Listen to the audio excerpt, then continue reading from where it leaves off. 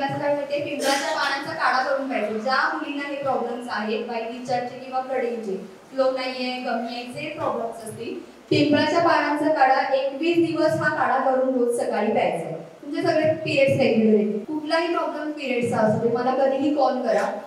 या दिवसात काय करायचं आहे, काय योग्य काय अयोग्य याच्यासाठी तुम्हाला सगळी माहिती दिली जाईल. तर ती ट्यूब जी असते ती आत घातली जाते, त्यात फक्त ब्लड ऍब्झॉर्ब होतं पण त्या गाठी ऍब्झॉर्ब होत नाही आणि उष्णता डायरेक्ट गर्भाशयात, कारण ती ट्यूब गर्भाशयापाशीच असते. दुसरं म्हणजे कपचा प्रकार आला नाही माहितीये, तो कप ऍब्झॉर्ब करत नाही.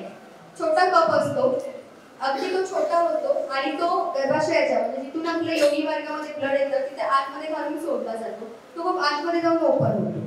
जे तुमचं दिवसभराचं ब्लडिंग आहे ते डायरेक्ट त्या कप मध्ये साठतं. झाल्यानंतर खाली खेचायचं, फक्त ओतून टाकायचं आणि टाकून द्यायचा तो.